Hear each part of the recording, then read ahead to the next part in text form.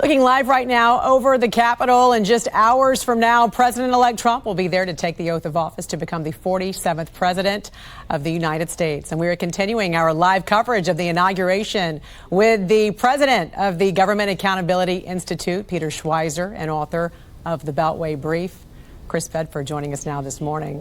You know, the executive orders on day one have been described as shock and awe on a scale never seen before. However, the same can be said about Biden on his way out the door, because in the past 30 minutes, we received an alert that President Biden planned to pardon Dr. Anthony Fauci, retired General Mark Milley, and also members of the House committee that investigated the January 6th attack on the Capitol. Again, using his extraordinary powers of office in his final hours. Good morning to you both. What's your thoughts about this?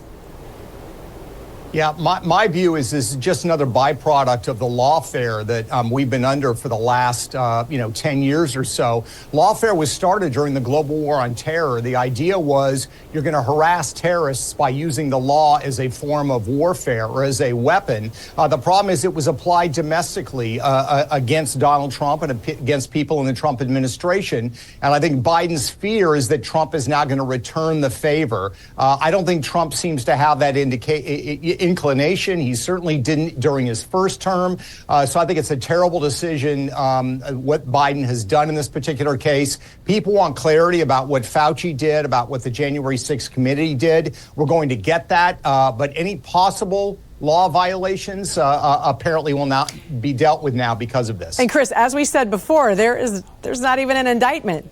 This is essentially a pre-pardon, expecting there will be some kind of criminal finding of these people, which is why this was issued. What's your thoughts?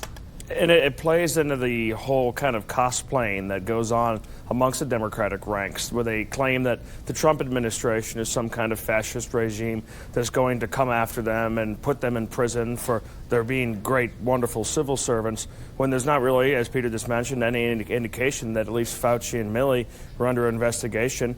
As Pam Bondi said in her hearing, she was going to look at bad actors who are in the federal government. That's where you're going to get actual changes, is saying who in our government and our bureaucracy and our FBI and the Department of Justice tried to weaponize these things. But at the same time, the Biden administration is really projecting exactly what they did to Trump over the last couple of years. This is one of the reasons why the American people went from not liking Trump and him being an unpopular president in 2020 to him being popular even amongst the youth. Is all of these things that we used to argue about around the kitchen table, around Thanksgiving table, over whether or not the law was being weaponized, whether the media was actually biased in one way or another. Those are no longer arguments. The evidence has been laid out completely. Now the question is whether or not it was the right thing to do for the Biden administration to try and put his political opponents in prison. I see why they're worried here, but there's no investigation and no indictments yet. And Peter, what do you think we have to do now moving forward to stop the weaponization of the federal government?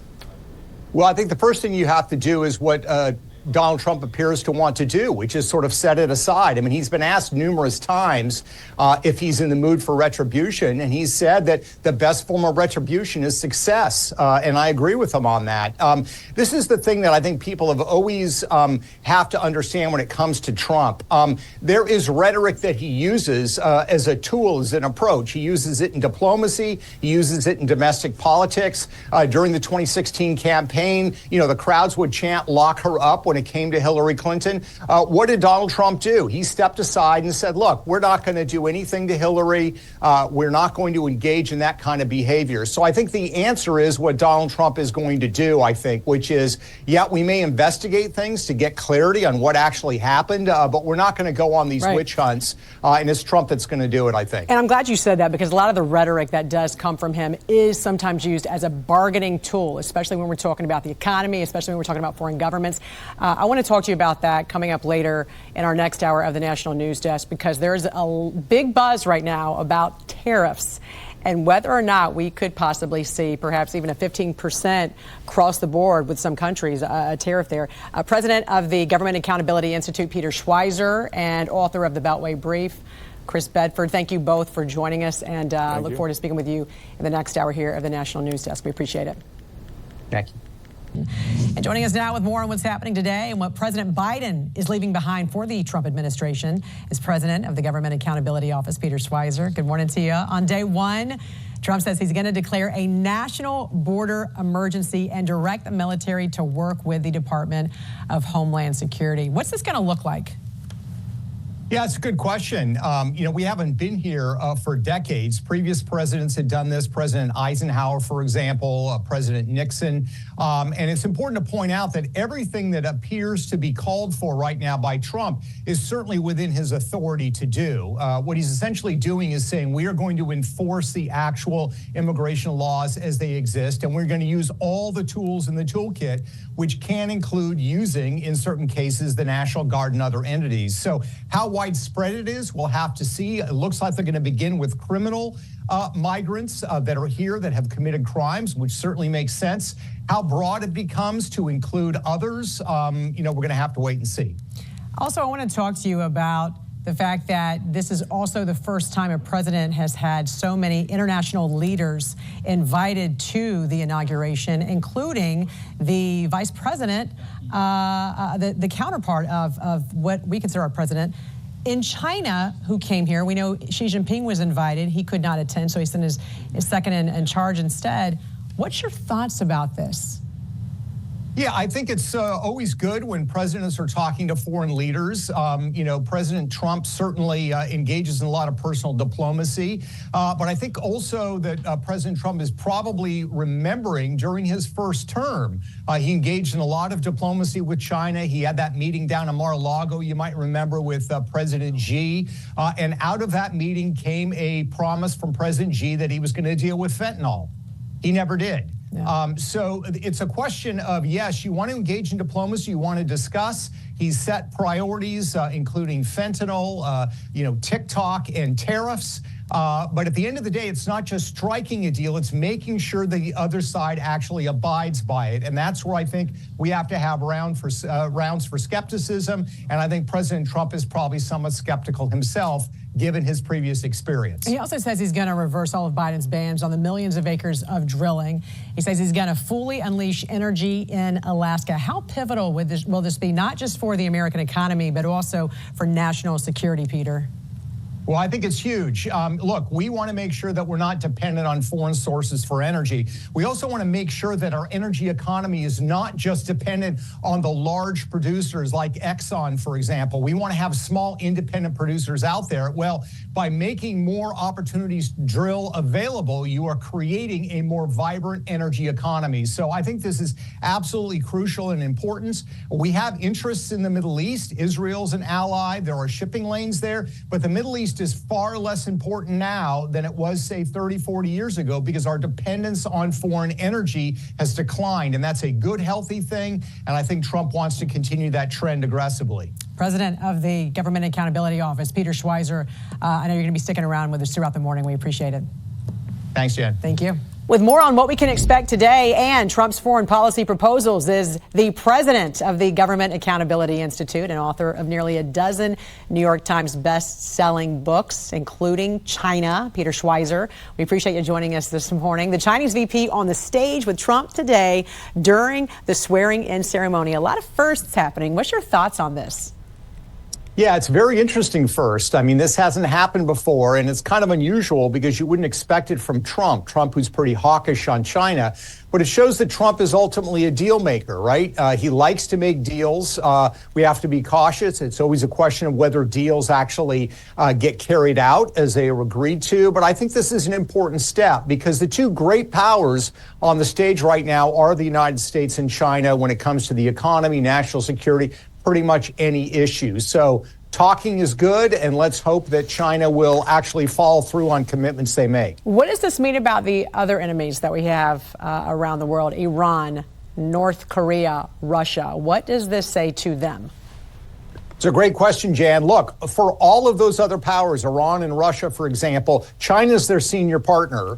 If Russia were not getting the economic support from China right now, the Ukraine war would be over. They would be done. So Russia needs China much more than China needs Russia, and the same thing with Iran. So what Trump is really doing is sidestepping these other powers and going to the heart of the issue, which is China's role in supporting these other regimes. Supremes. And again, as he negotiates all of these issues, whether it's TikTok, whether it's tariffs, whether it's Ukraine war, China's going to play a central role, and it's going to be interesting to see whether he can get movement in a significant way on all of these issues. Speaking of TikTok, Peter, we've been hearing for months about the national security concerns with China and TikTok, and now there's that hold on getting rid of it until there's more time for TikTok to divest from China. How dangerous, though, is TikTok if we're going to put this on hold?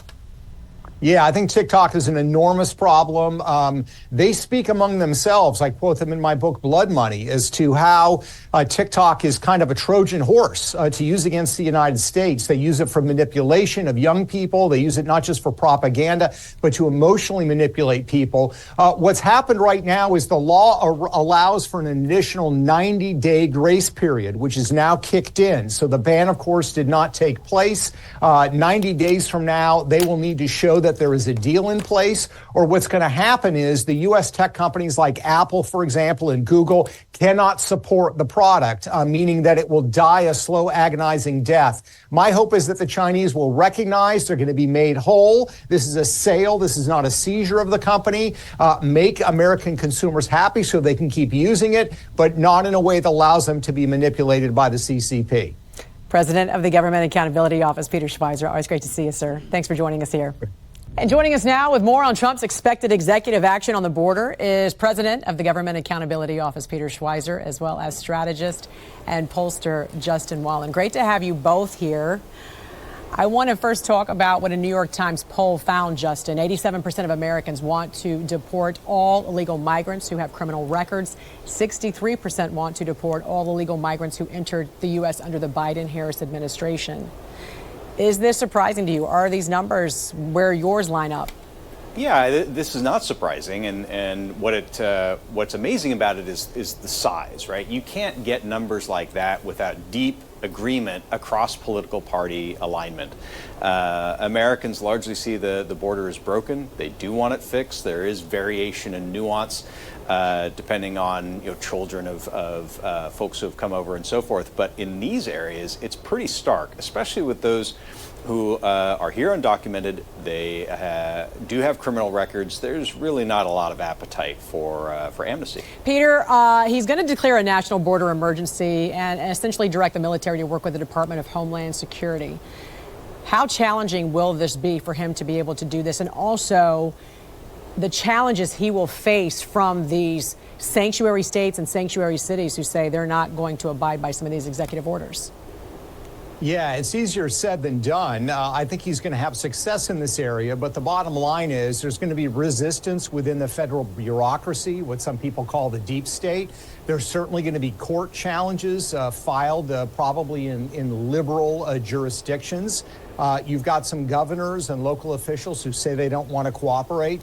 Well, let's remember, when it comes to immigration and the border, the federal law reigns supreme. So he will win, I think, in all of those disputes, but it's not going to be one action that gets swept away over the course of 6 months. This is going to be kind of trench warfare in terms of the bureaucracy, I think, going on for several years. Justin, I have to imagine, you're from Southern California. I have to imagine there are plenty of Californians who are welcoming some of the things that Trump wants to do, like reinstate the Remain in Mexico policy, construct a new area of the border wall. He wants to end catch and release. What has been the overarching theme there in Southern California, and how are residents there? How are they right now taking in Trump, taking in the new administration? Yeah, California in many ways reflects the United States. Yes, it's a very blue state, but there have been dramatic changes in demographic support for Trump, specifically for issues that Trump ran on and is now implementing. I think one of the most interesting blocks that you can look at and highlight that really illustrate this is the Latino voting population. And in California, no different really than elsewhere in America. I would just spotlight that nationwide, President Obama won 71% of Latinos some time ago. And in this election, Biden captured 59%. It's a huge delta. We see that in California, and we see voters and California voters in this blue state thirsting for pragmatic changes that adjust systems that they see as broken, such as the border, and things that they feel pain with every day, such as high cost of living. Peter, we are looking right now at the Capitol Rotunda as some of the officials around the country enter right now. Again, this is going to be a select few. Mark, I know we talked about this earlier as we bring Mark into this as well. We talked about the limited amount of seating that will be happening during this particular inaugural ceremony, the swearing in and the address that Trump's going to make. Several of the international leaders that are coming in, Peter, are from China and also from Argentina. And really and truly, this is unprecedented. We have never seen international leaders on the stage with the president as he is sworn in during this ceremony. What's your thoughts about this? Yeah, you make a great point, Jan. Look, it's interesting. If you look at the leader of Argentina or the prime minister of Italy who are in attendance, these are really Trump allies. These are people that support his agenda and are carrying out some of the same policies that he wants to pursue here in their own countries. Then you have China, which is a rival, some would say an adversary, that is quite different. Trump always likes a highly personalized form of diplomacy, and that can work very, very effectively. I think as long as you realize that, it's not like a business deal. A lot of time with a business deal, both people are at the table negotiating, say, the sale of a piece of real estate because they both want the transaction to take place. That is not always the case in international diplomacy. The big question with China is always going to be, are they prepared to actually honor commitments that they make? We know the trade deal in 2020, they didn't honor it. They promised to crack down on fentanyl to President Trump. They didn't do that. So I'm skeptical that we will actually get something beneficial from China, but it's certainly worth having them here and having that discussion. Yeah, and you can see the heavy security, the heavy presence right now of some of that security detail as some of these dignitaries, some of these officials and lawmakers are walking into the Capitol Rotunda building right now as we speak. Earlier, we did see Pam Bondi as well as Marco Rubio, of course, cabinet picks that Trump has that he really needs to get through as fast as possible. How important is this, Peter, for Trump to get his nominations through, and what challenges do you see? Well, I think, every president wants to hit the ground running. It's going to be crucial. He's got a majority in the Senate, so it should happen. I think that by and large, when you're talking about Pam Bondi or Marco Rubio, they should not have any problem. Tulsi Gabbard may run into some problems, but I think at the end of the day, a president generally should get the cabinet that they want. And the picks that he is now putting forward, I think, are quite good. It's important, particularly, again, when you have a president who is an agent of change, who has criticized the bureaucracy, the so-called deep state, to get leadership in these government bureaucracies to make sure that he can work to implement his agenda from day one, because that honeymoon period, it only lasts a certain amount of time. You've got your base of supporters, but people who maybe didn't vote for you or who didn't vote at all, they're a little bit less patient. You want to keep them on your side and move quickly.